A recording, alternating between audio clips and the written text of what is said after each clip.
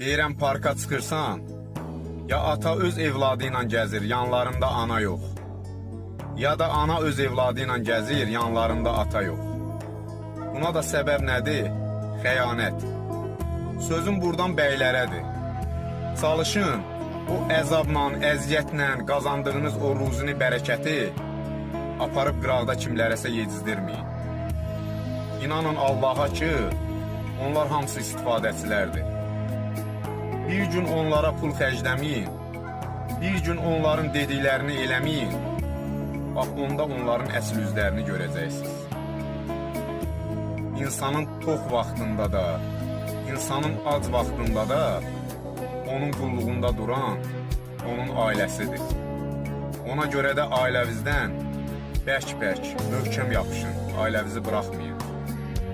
Həyatda elə addım atın ki, sonra attığınız addıma görə peşman olmayasınız. Əssəlamu aleykum.